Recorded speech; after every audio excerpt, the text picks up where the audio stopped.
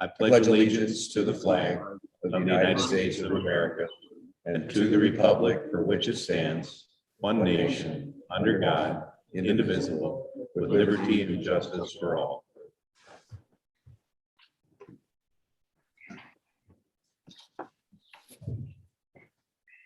Item 4 on our agenda this morning is approval or amendment of the agenda. I'll entertain motions on this item, please. Mr. Chair, I would make a motion to approve the agenda as printed. And I'll second that. We have a motion and a second to approve the agenda as printed. Any discussion or comments? There being none, roll call vote, please. Patton, Yes. Waltrip. Yes. Thompson, Yes. Item 5 on our agenda this morning is employee service awards. We have Louis Modelin, a patrol sergeant with the sheriff's office with 5 years of service. We have Adam Linkowitz, patrol deputy sheriff's office, also 5 years of service. And Mark Gianetto, truck driver 3 in our secondary road department, 15 years of service. We want to congratulate all of these individuals and thank them for their service. They are not with us this morning. They're all out taking care of and doing their duties. Moving on our agenda is item number 6, the consent agenda. Approve the minutes of January 3rd, 2022. Approve the corrected regular session minutes of January 4th, 2022. The December claims of 2022 and approve special session minutes of January 11th, 2022. Approve claims as audited and authorize the county auditor and recorder to issue payment of the same. The listing of claims paid at this meeting and all claims paid in the current month will be published as part of the first meeting the following month. Also, file clerk of district court report, December 2021, general supplemental fund surcharge, $142.27. File auditor recorder's quarterly report, October through December, dated 11/5/2022. Totaling $79,158.56 records management fees, $1,867, e-commerce fees, $1,867, and general basic $75,424.56. File manure management plan for the Edler Brothers, section number 36, number 58297. No changes were made. And I'll entertain motions on the consent agenda, please.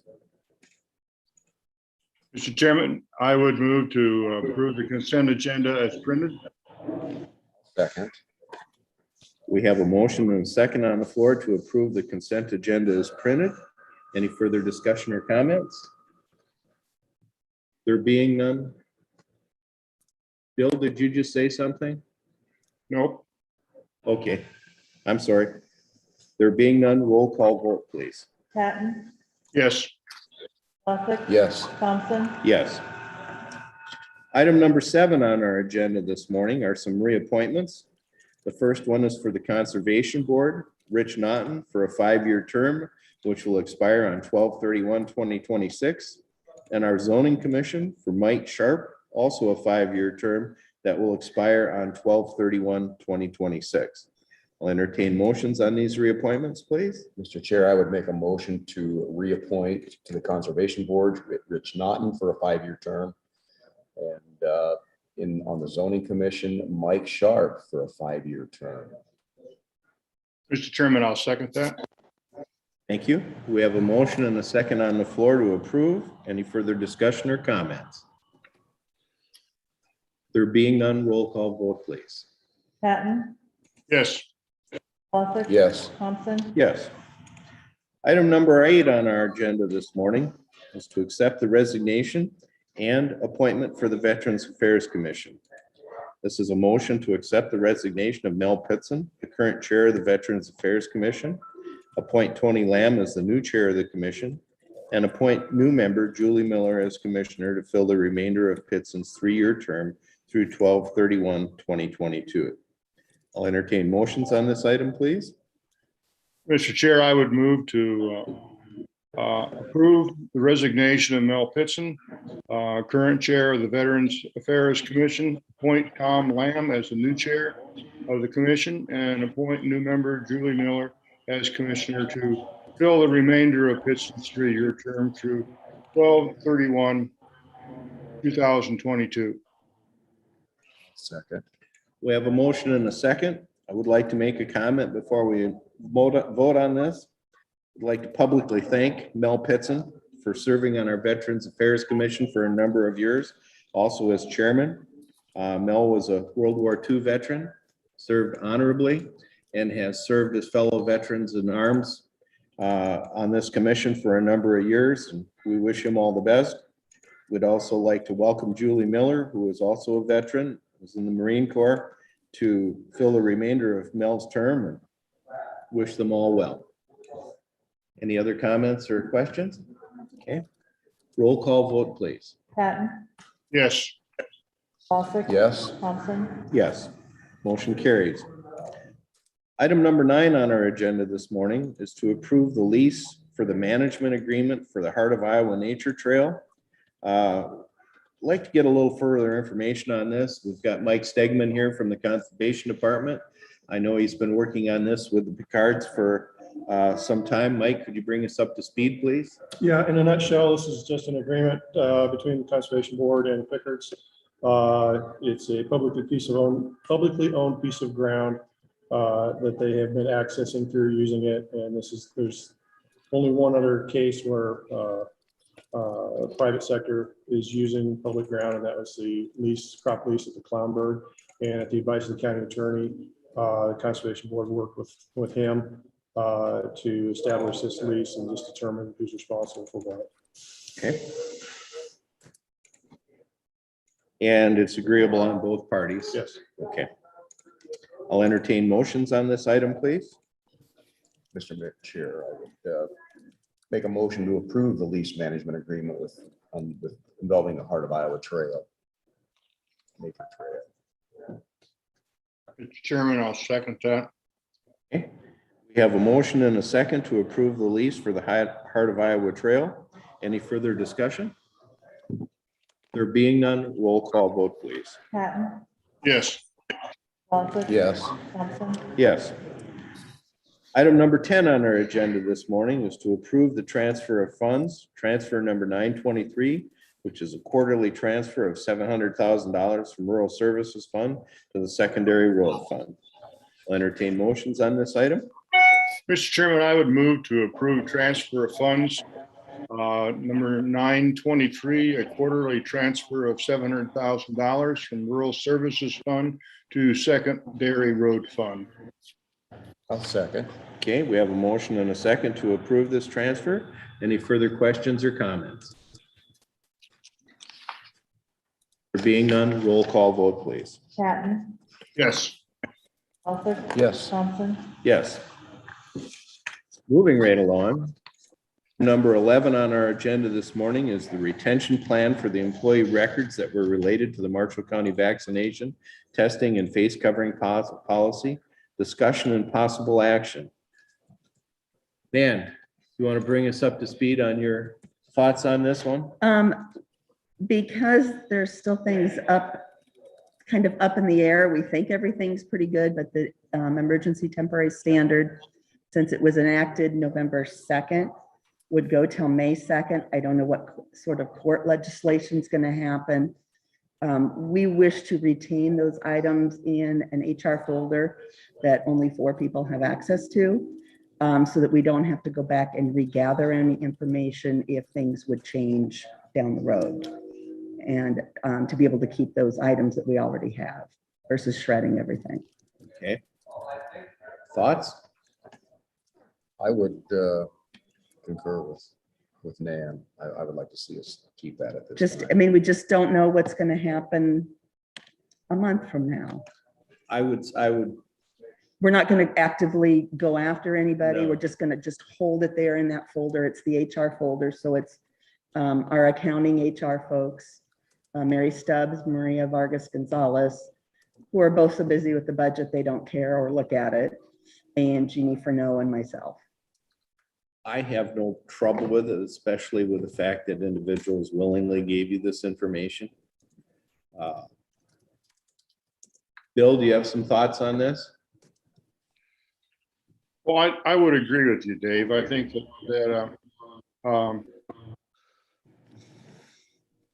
I was just wondering what type of motion do we want to have this covered correctly? Well,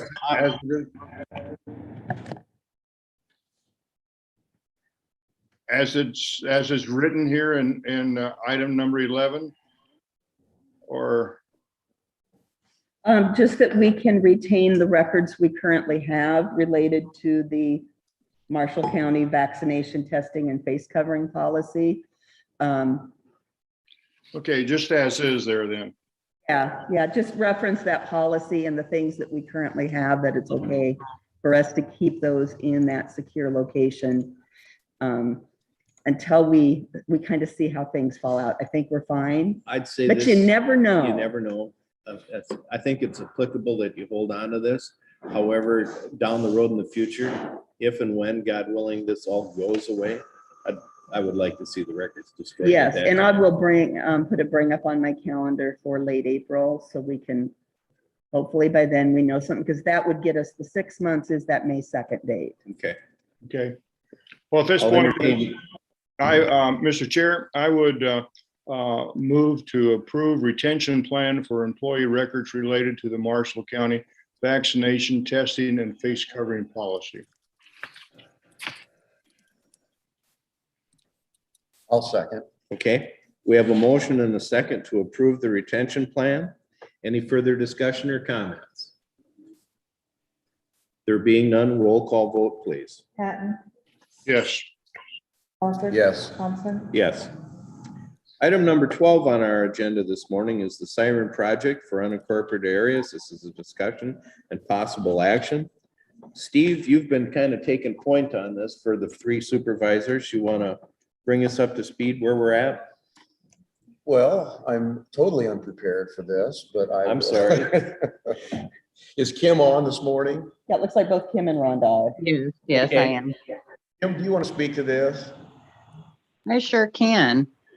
So, we have been working slowly towards the project since the supervisors approved the funding. And I have the notice of interest in. On that note, we had talked at the last meeting that if the notice of interest did not make it through the grant process, that the Board of Supervisors would pick up the whole fund for the sirens with the help of the ARPA. We have not had another ARPA meeting, so that hasn't been presented yet, but I think Nan and I both agree we shouldn't have a problem with that.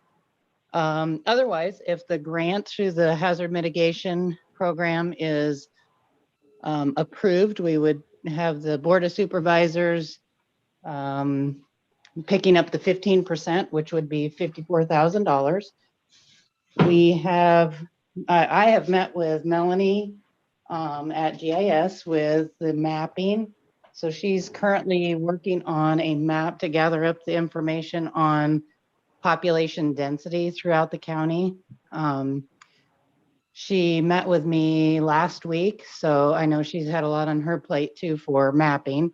So we hopefully will see a map here in just maybe 2 weeks and then move forward.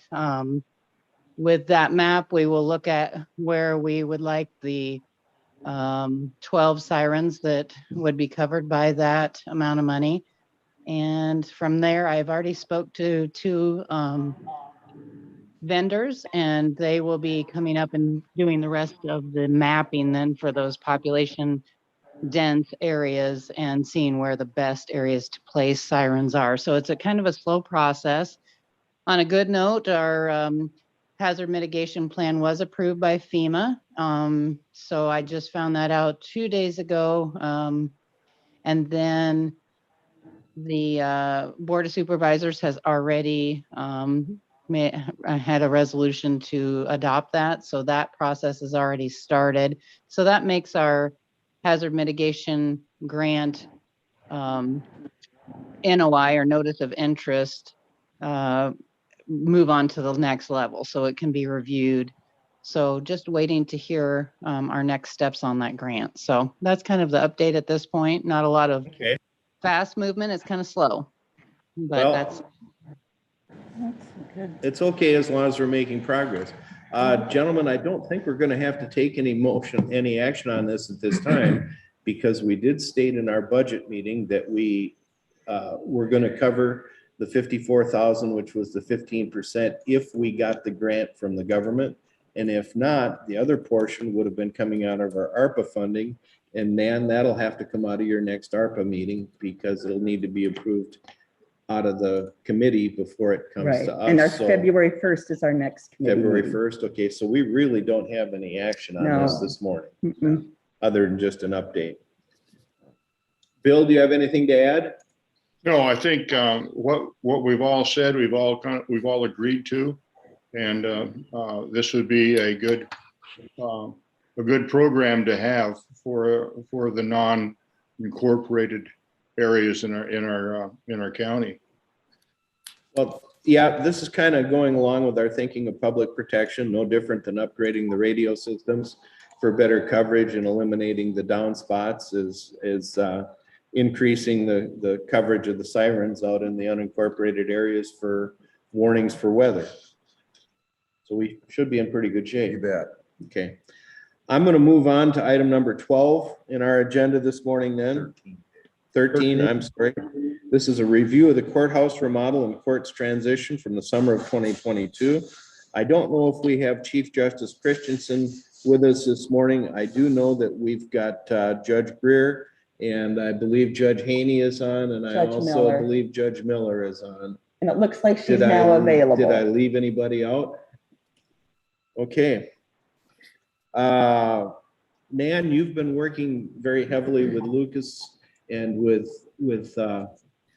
everybody on this.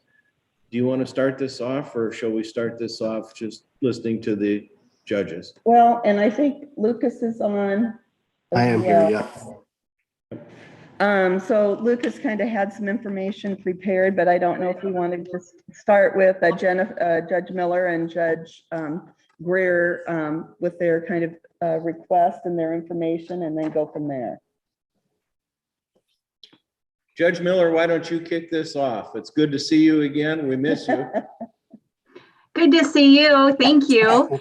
For those of you on the meeting that don't know me, my name is Jennifer Miller. I'm a district court judge, but up until about 9 months ago, I was the Marshall County attorney for almost 20 years. And so I think when I left, probably Dave and Steve and Bill thought they'd never see me coming to ask them for something again, but here I am, like Bad Penny. I just keep turning up. It's budget time. So I know you probably missed me coming to ask for things, so I thought I'd pop here today to do that. I want to start out, I guess, by thanking all of you for the hard work that you have done in just kind of planning for the remodel of this courthouse. You know, I worked for the county during the tornado, during the derecho, so I saw firsthand all of the work that all of you did.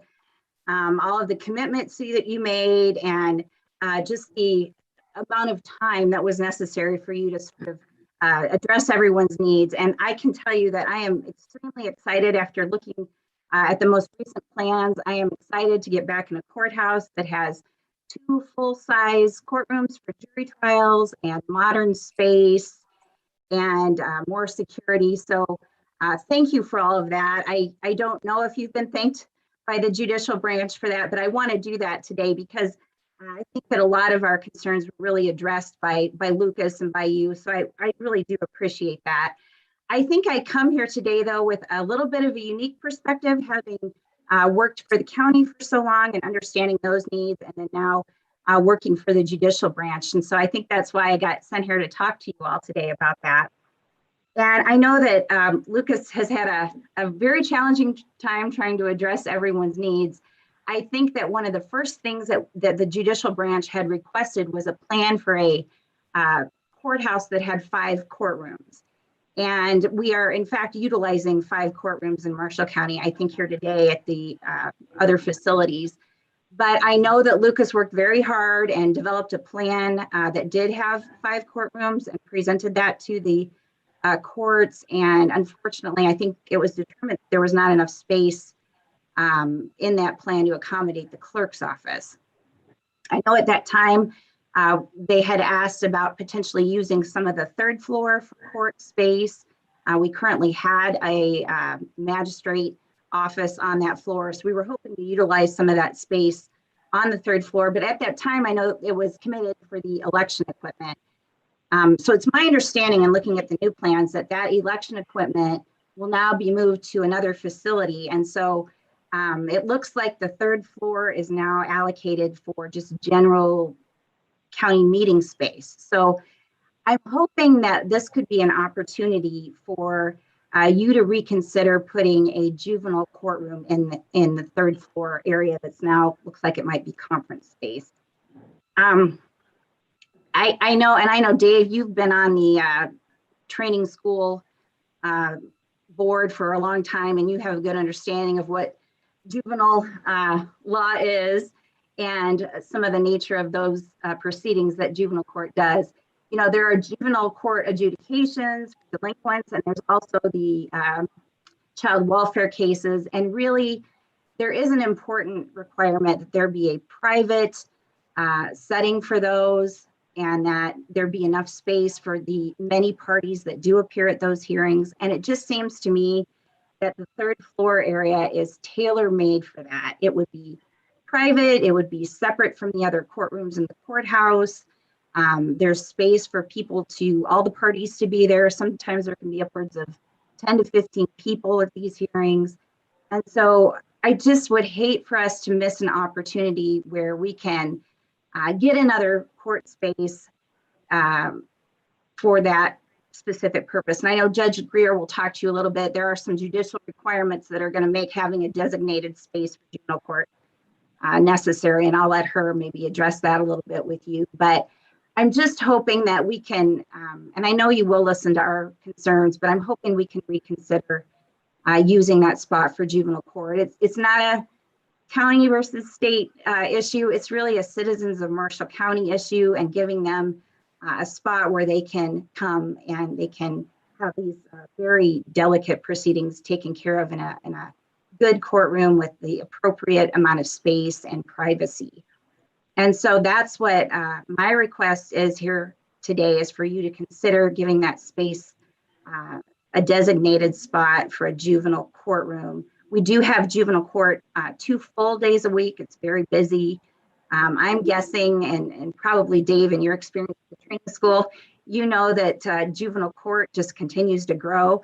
When I started as a Marshall County attorney, we had a part-time attorney dedicated to that, and now it's a full-time position. So these cases continue to go up, and I can only imagine we're going to need that space even more in the future. So really, this isn't an immediate decision. It's a long-term, 100-year decision of what are we going to need for court space going down the road. And I really think this is a great opportunity to address that with that particular space. So that's really all I had. I thank you again for listening to us and for taking this under consideration. And I know Judge Greer probably has a few comments, so I will go ahead and turn that over to her. Hey, thank you, and good to see you again. Well, hi, folks. It's good to see all of you too. And I wanted to, first of all, extend Justice Christensen's regret at not being able to be here today.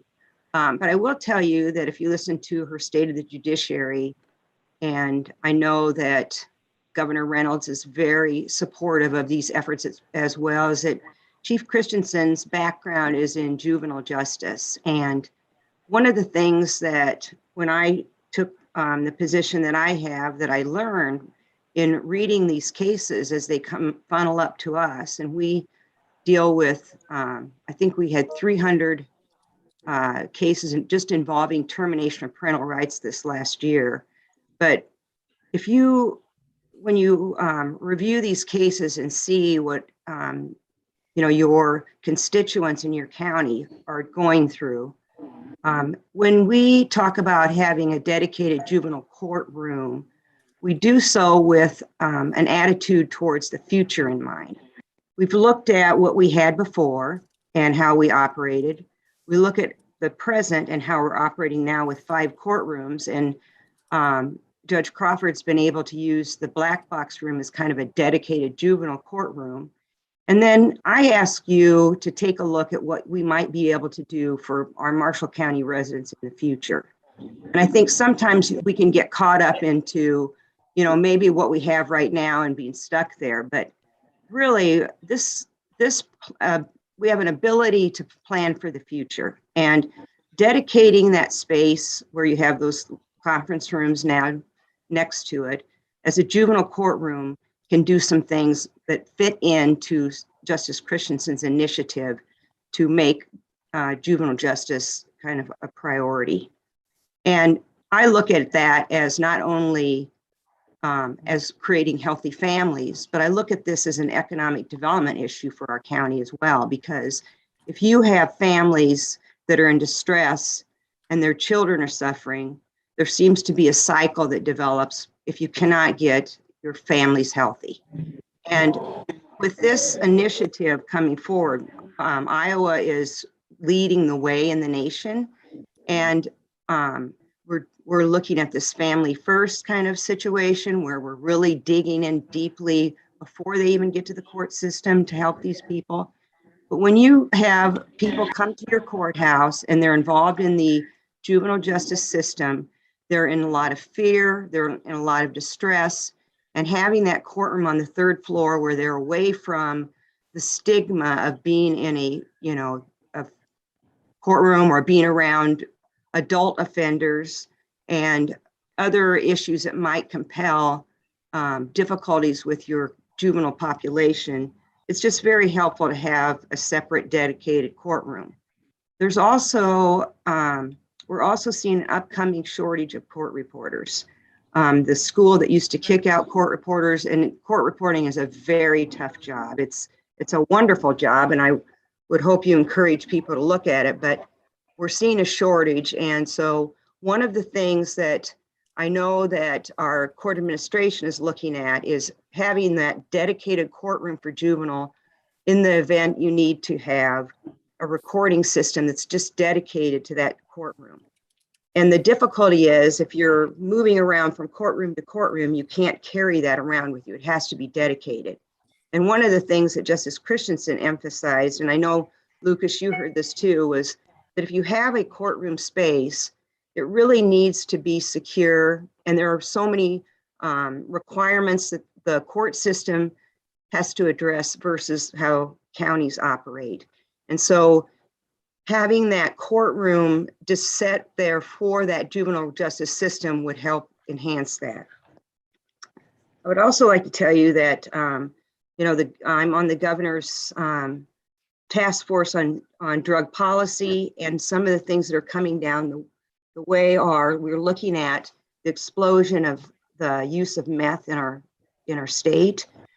In every single juvenile case that I read, there's a meth component to it. We And so- understand the needs. Do you have anything else to add, Sharon? Pardon me? We understand all the increased needs. Do you have anything else to request?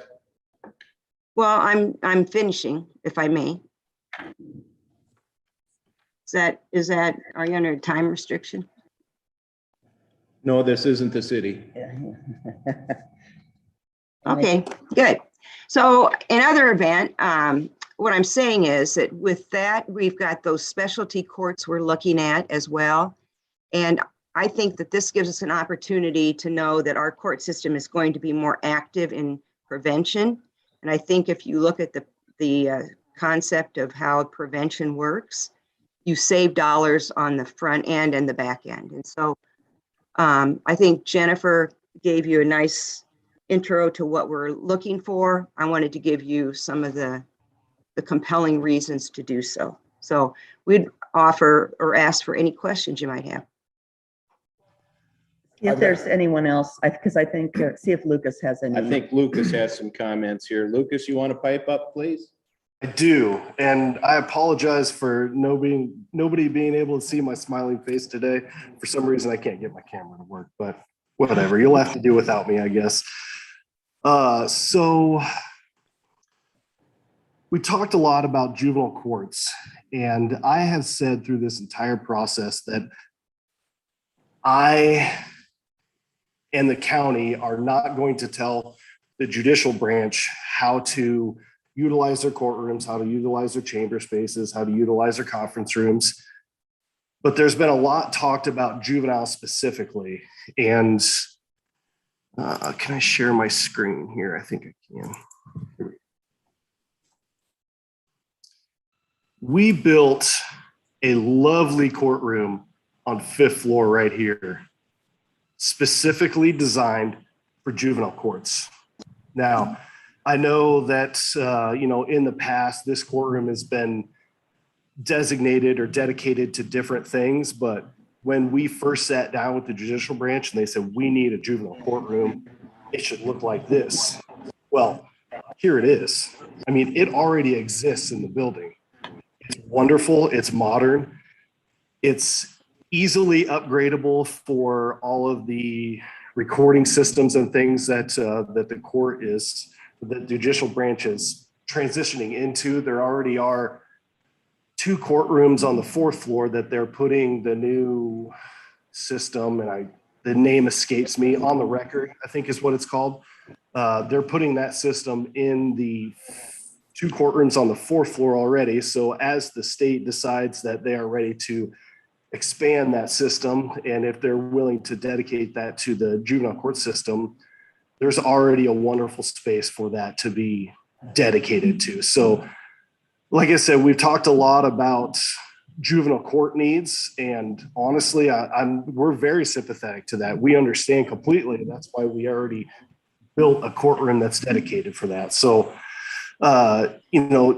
dedicating a specific space to juvenile courts on the 3rd floor doesn't make a lot of sense to me personally, because we've already done that on the 5th floor. And like you said, they use it 2 days a week now, transitioning probably to 3 days a week. Having a specific room for proceedings that are 3 days a week is a little tough for me to swallow. It's kind of a big pill there.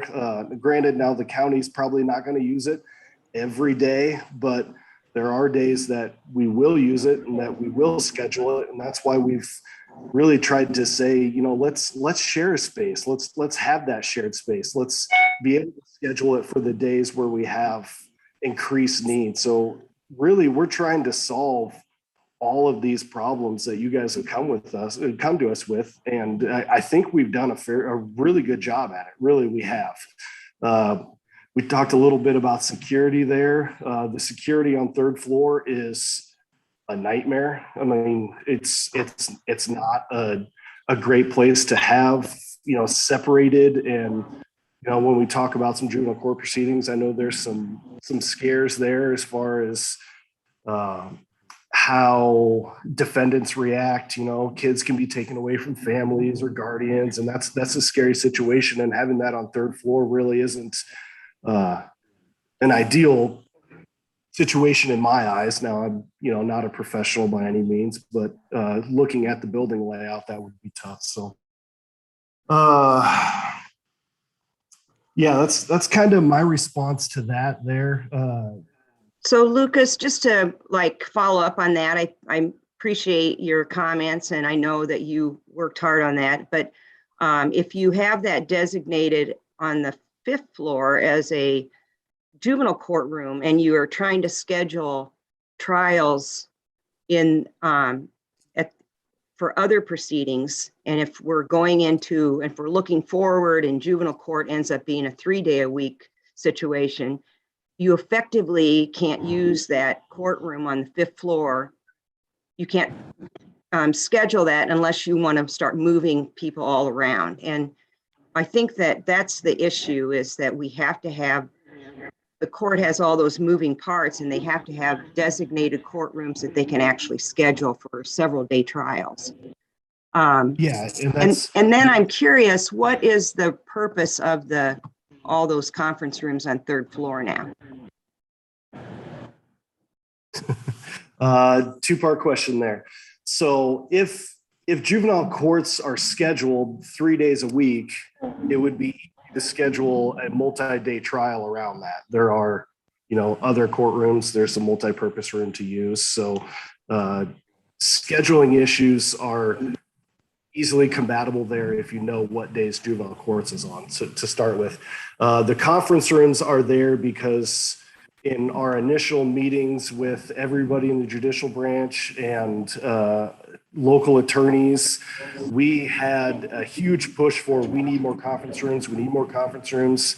And that's what that space is now trying to dedicate towards. It's also, when we initially talked about the multi-purpose room, there was a big push for, well, we need adjacent space for, a judge to use as a chambers for the day. So that conferencing space could be used that as well. My idea was if you would schedule the meeting room for that day, you could also schedule at least one or both conference rooms for that day as well. So you have kind of adjoining chamber space and then space for sidebars with attorneys. So if you're looking for, as I'm listening to you, I'm hearing that you're dedicating that area to court space in any event. So why not allow the court to use it as they see would be most helpful? We're dedicating that space for the courts to be able to use when there is a need for it. That is what we're doing. Are we talking about the multi-purpose room here, Lucas? And the conference rooms adjoining. Okay, the conference rooms are for use of all the attorneys, which is what they wanted during this entire process. The multi-purpose room is a room that can be booked and scheduled, no different than anything else. And that can be done by the clerk of courts. This room can be available to it. It's just not going to be totally designated courts only. And Dave, what would be the other purpose for it? I mean, I understand that the clerk might use it, but there's also a conference room on First, and you've got your fire station building. We have tons of meetings in this building all day long. We have different boards, BA board, planning and zoning. There's many board meetings that go on. But don't they meet in the supervisors area? Not necessarily. I think something that gets lost constantly is this is the Marshall County Courthouse. It's the seat of the entire government, not just the court system. And we have many, many departments that reside within the building. The building is responsible to all aspects of county government, not just the court system. It's everybody, without question, from the treasurer to the auditor to the board of supervisors, has lost some space. The court system, to my understanding, when I talked to Lucas and James, because they've done the studies, has actually gained space in this entire remodeling project, when every other department that also services as the seat of county government has lost space. I'm interested in that one because we had the entire. I'll let James bring that up and address that issue. Okay. And Lucas can talk to this a little more also, but specifically when we talk about the space that you're gaining, technically you are losing something like 395 square feet of space. Most of that is that magistrate office suite that Jennifer was talking about. And you're gaining James, we can't see. Can you share your screen there, James? And you're gaining about 12,000 square feet of shared space that you can utilize. I mean, 1 second while I pull it up here. 1,200. 1,200. One thought too is, if you remember, on fourth floor, there was a stack room there, kind of a 2-story stack room there that the clerk of court used. And that space will now be used as office space.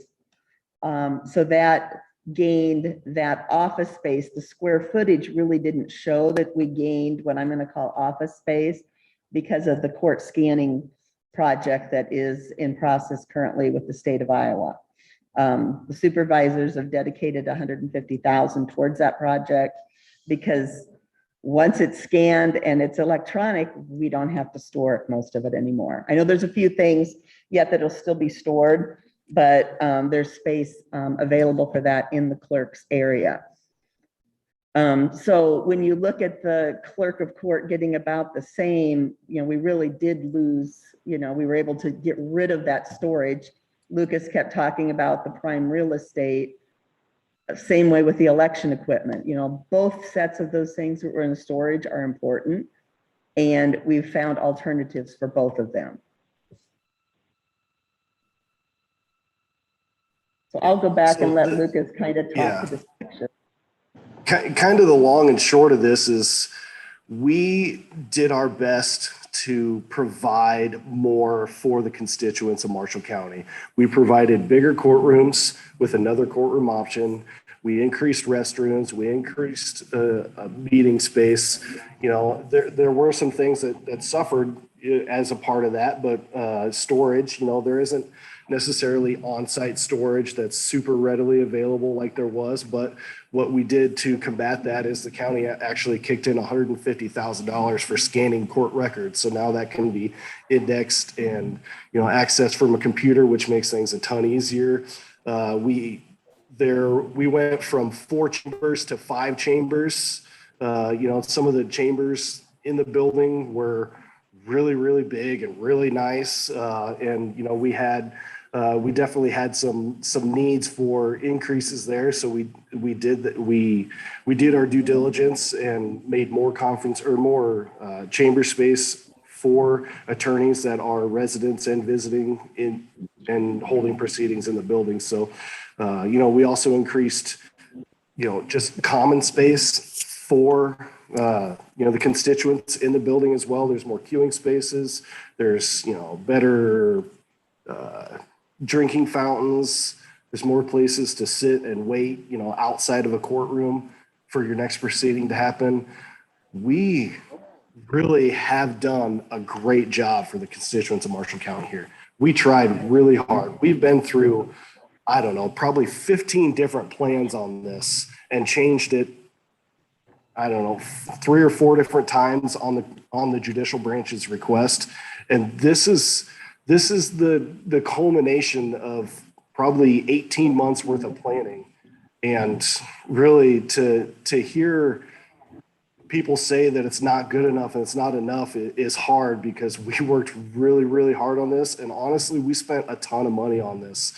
Right now, our architectural fees for this project are about $350,000, with an additional probably $55,000 coming because of the length of the project. And, the initial 7 months of basically planning and meetings with the judicial branch is part of that additional fee. So we've done a lot, really have. And we appreciate that so much. But what I would want to be clear about is that we had the full pre-tornado, we had the full 5th floor, we had the full 4th floor, and we had space on the 3rd floor.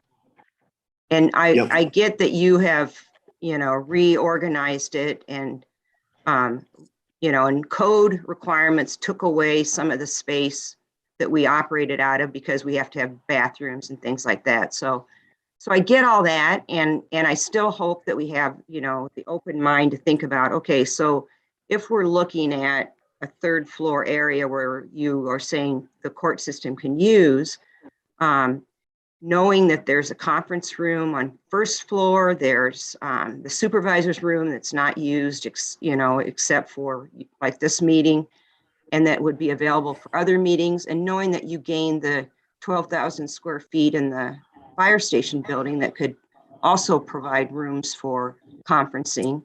And then some of the offices did get their conferencing facilities set. We're just looking to see if that 3rd floor option might be available, because sharing a courtroom under the court guidelines is just really not, given the security concerns, is an issue. Sharon, one thing, there's only one other meeting room. It's meeting room 1 is the one that the Board of Supervisors use. There isn't 2 other meeting rooms. Yeah, and that meeting room really isn't set up for a group of 10 people or so. There's no tables to be moved around. It's basically a dais, a lectern, and a bunch of chairs. So to say that that's just easily usable for other meetings really isn't all that great, because there's, my staff doesn't have time to go up and set up tables and break down tables every time somebody wants to use it, one afternoon. So, so when we think about, you said we took space from the 5th floor for security and the 3rd floor for magistrates. Well, when we met with the magistrates, they said, we don't need an office. We work from the bench. So taking away that, I don't know, it was like 300 square feet, and that allowed us to free up more space for the public restrooms that we had to add in. So that was wonderful.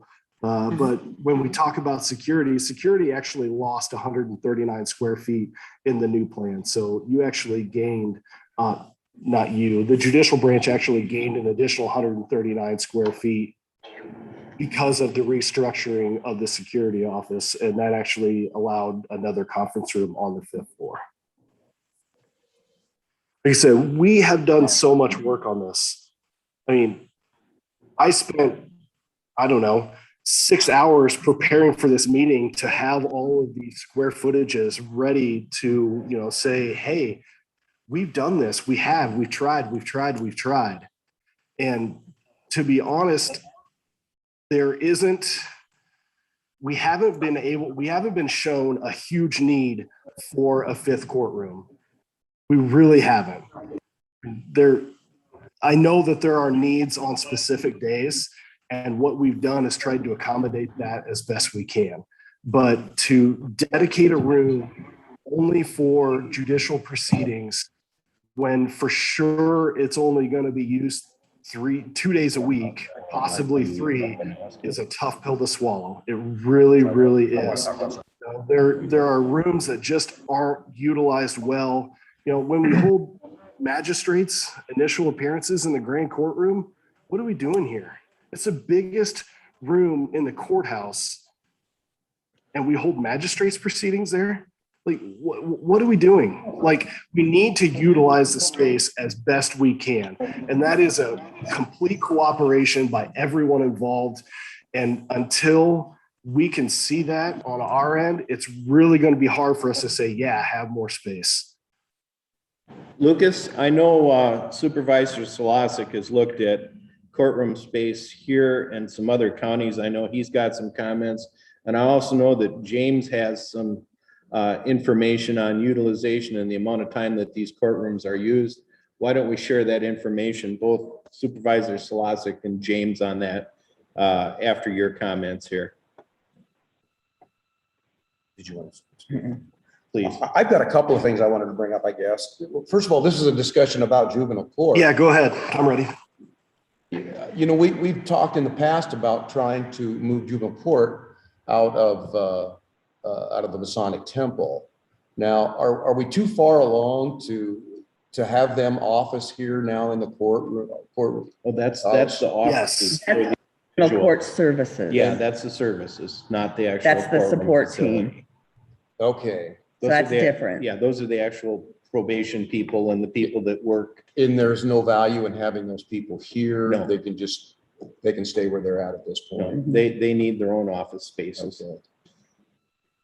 And again, how is our space going to be utilized now? What is our plan right now on that area? In 3rd floor. On 3rd floor. Okay, the middle room on the west will be 2 conference rooms.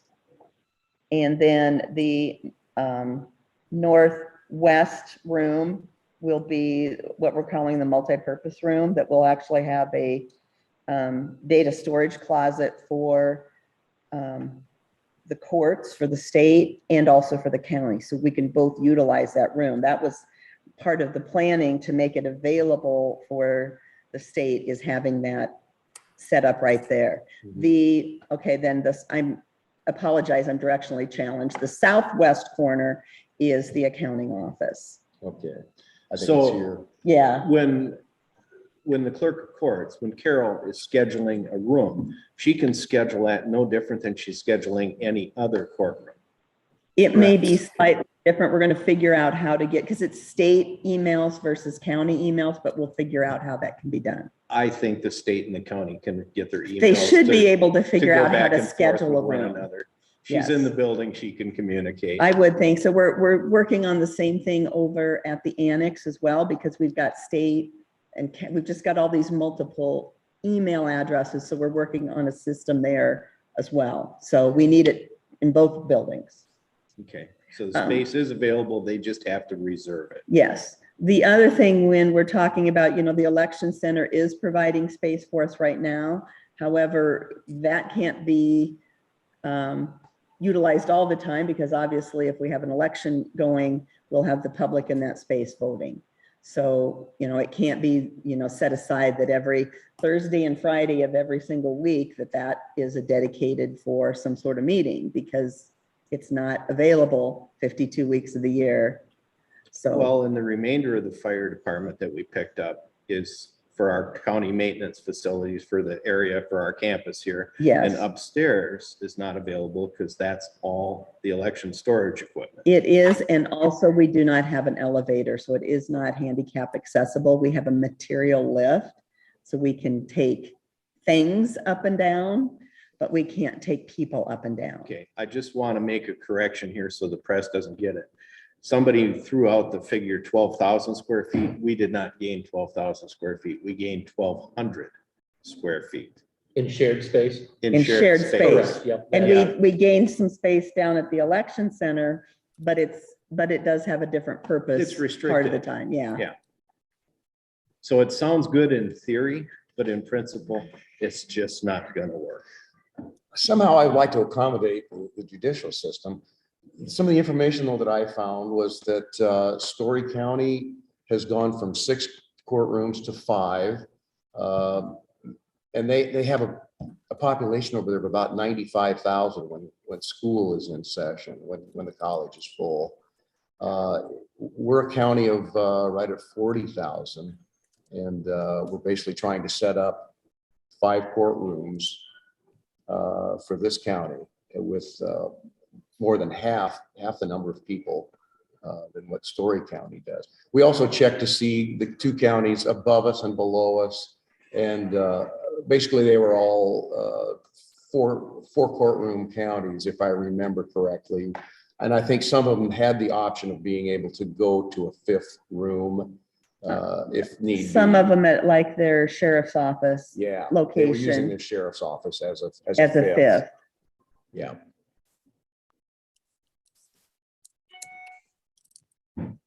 James, would you cover utilization of these areas, how often they get used? And I think Lucas might have some data on other counties as well and some of the Okay. utilization, so I'll let him drive to that, and he can tell me if he needs me to pull up anything specific.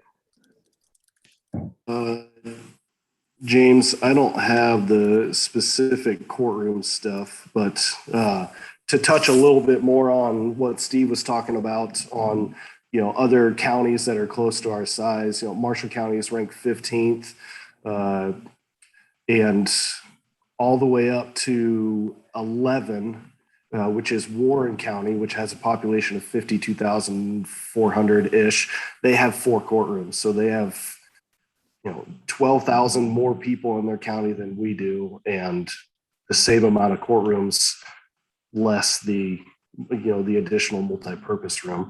When we think about the smaller counties, Jasper, Sioux, Wapello, Webster actually has 5 courtrooms, and they are 37,000, just under 37,000. So, when we start comparing to other counties our size, I mean, we're right on board. And I realize that we're in a kind of a unique situation. I guarantee the rest of these counties haven't had recent remodels. Actually, I think Webster is through no, they're on the exterior.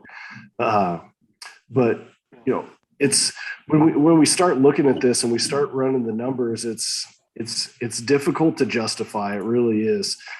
We actually have a system in place where we can actually keep track of the utilization in our courtrooms. We had that prior to the tornado, and we actually have it in place at the Max building. And James, correct me if I'm wrong, but our most utilized courtroom in the Max building is utilized under 30% of the time.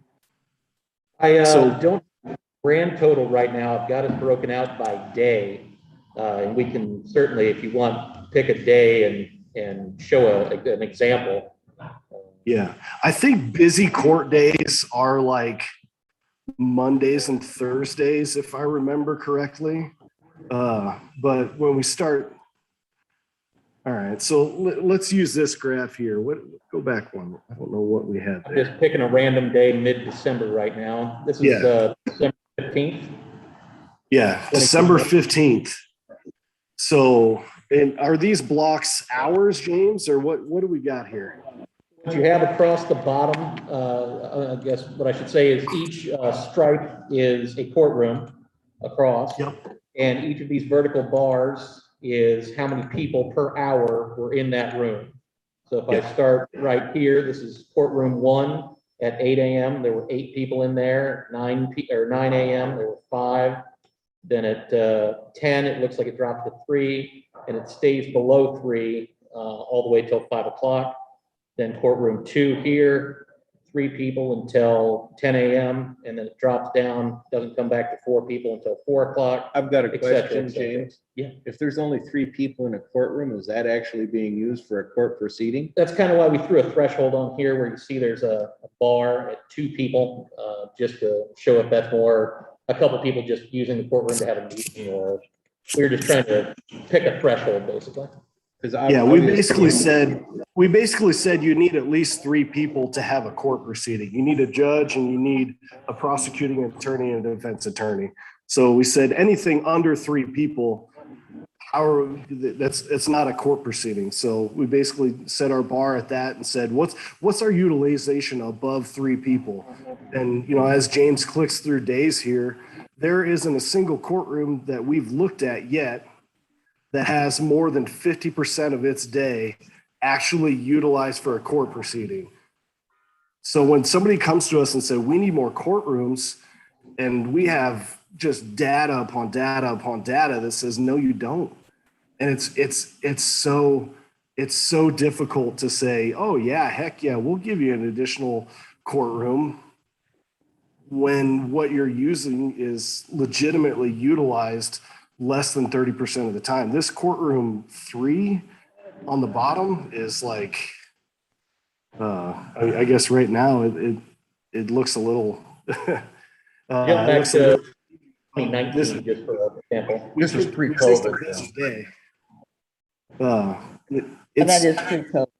Yeah, it's really difficult to justify this, guys. It is. So this is how we settled on the multi-purpose room being able to be scheduled and saying, you know what, when you need it, we're here for you. We really are. We'll help you out as best we can. But we can't dedicate another entire space when the spaces that we have aren't utilized well. And I'm going to roll back and beat the drum again on the magistrates using the grand courtroom. That's hard. That's really hard. I mean, I would say probably at 70% of what they do is at a computer over a webcam to the jail. And to have them use the biggest courtroom in the county is, that's a tough one. I think a theme has kind of gone through this entire process as we've worked through the reorganization of the courthouse is proper utilization of space. Our own departments have done it, and it would appear as though the court system is also going to have a learning curve on getting back into the courtroom and better utilizing the available space more appropriately by the sounds of it. Well, Dave, almost everybody's had to give up in this, and there's been one department that's grown a lot, and that's been the county attorney's office. And that was kind of our number one goal as a county, was to get more space for the county attorney's office. We knew that they needed better facilities and more security. So we really tried hard to accommodate that as best we can. You know, there are at least two other offices that are county offices that lost substantial space. And one is the treasurer's office that is decreasing by 1,100 square feet. And the auditor recorder accounting office is decreasing by 800 square feet. And, you know, even the supervisors have decreased 500 square feet. So there's been a lot of give and take through this process. Well, you can't build a church for Easter Sunday, and that's part of the issue at hand. But we're all going to have to make adjustments getting back in.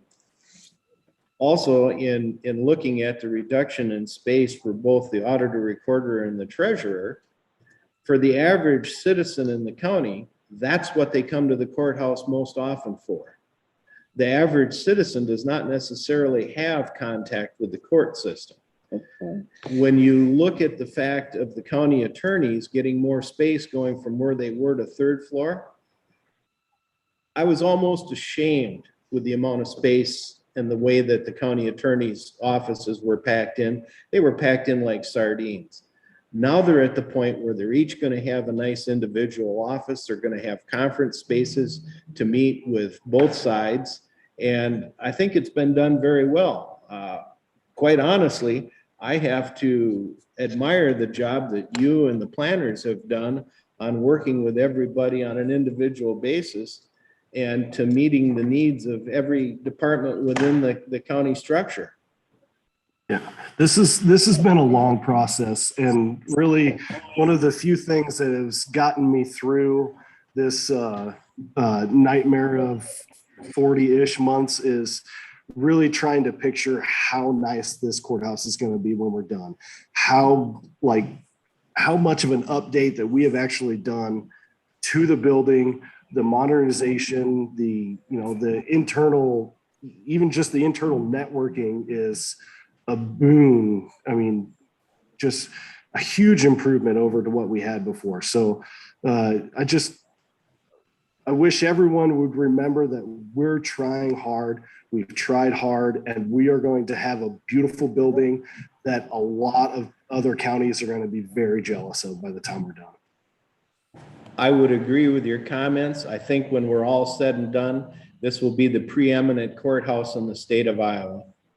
I think everybody else will be extremely envious of what Marshall County has. We've not only redone the courthouse, we've redone the annex, we've added the election center. This has been a extremely large process that's been on many facets. I would personally like to have us try this for at least a year, maybe 2 years, with the way we've got it proposed right now, you know, sharing that one room and see if that's going to work for us all. And I had the same sentiment, Steve, really. we can revisit it then after a year. I think that's an excellent point. Even 9 months. Let's Want me to come back to another meeting? Yes. maybe in a couple of years. Well, In person. We've got to get your investiture back, and you've got a decision to make. Do you want it in the grand courtroom in the fashion that it was when you were here as county attorney? Or do you want it in the grand courtroom in the brand new remodeled courthouse? That's your decision to make. And quite frankly, I can't wait for the ceremony. How about a third floor juvenile courtroom investiture? Nice try. You guys just don't give up. It's a little small, Jennifer. Yeah, well, I appreciate your time. I appreciate you listening, and maybe time will tell, and we'll be back again making another request. But I do appreciate you keeping an open mind, and hope that going forward, I would happily be a liaison between the county and the courts. If you all want to facilitate any further conversation, I'm certainly happy to do that. Let's just concentrate in on not having any more delays, getting back into this grand building that everybody deserves. giving it time to work. If it doesn't work out, we can revisit it at that time. And let's get over the concept of just because a particular room isn't designated for a given function of government, whether it's the courts or somebody else, that it's still available space and it can be reserved and utilized to its fullest extent. This building is only so big, and like I've said before, it's the seat of county government, and the court systems are just but a portion of that. We've got a responsibility to all the citizens within the county to have all the functions of government operating as smoothly and efficiently as possible within this building.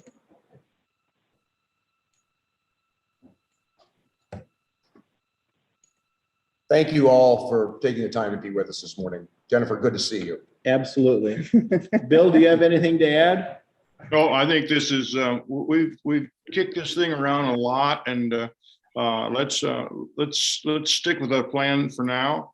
And if we need to, another year from now, we'll take a look at it. Okay. Anything else from anybody else on this item before we go on in our agenda? I thank everybody for their time and their talents and their comments, and we'll move on here.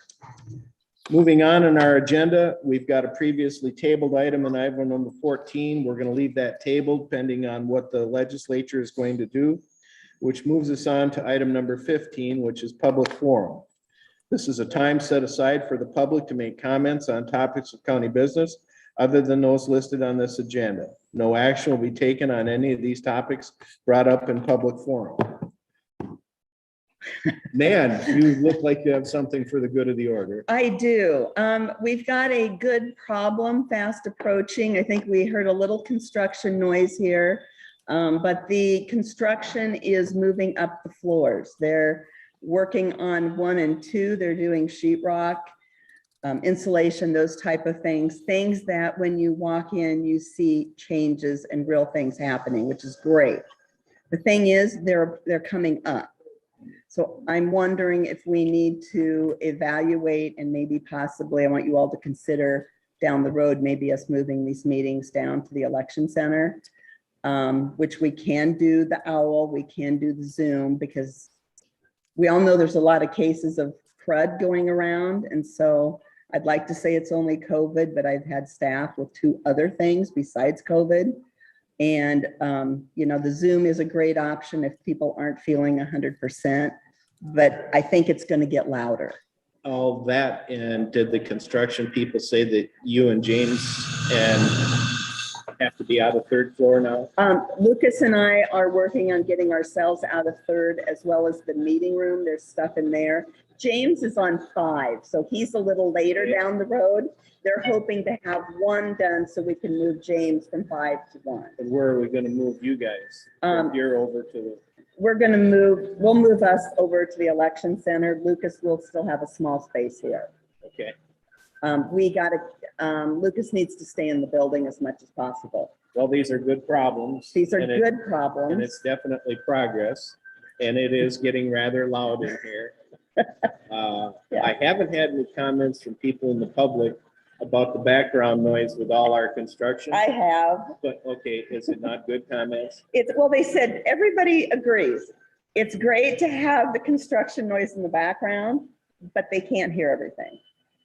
Then I think it would probably be best if we move our meetings.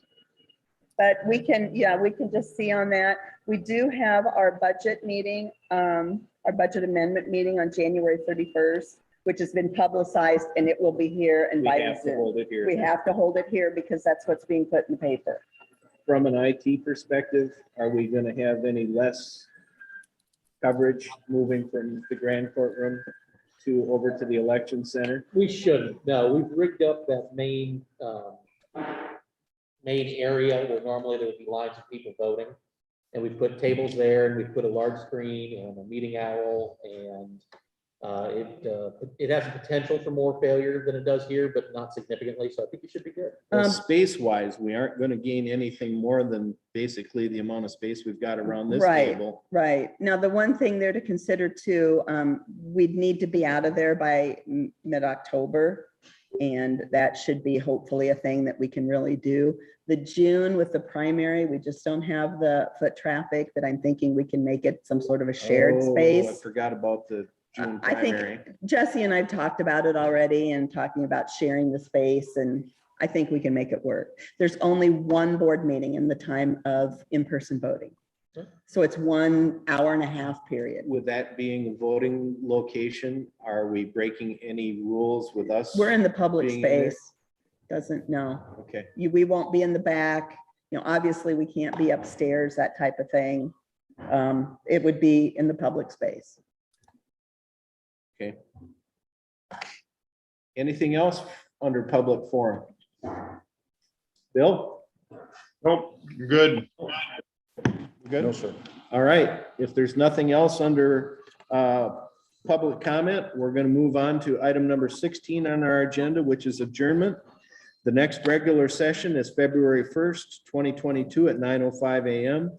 All business to be acted upon at that session should be submitted to the county auditor and recorder's office or the board of supervisors office by Wednesday, January 26th, 2022 at 12 p.m. There being no further business to come before the board, this meeting is adjourned at 10:17 a.m. Thank you, everybody.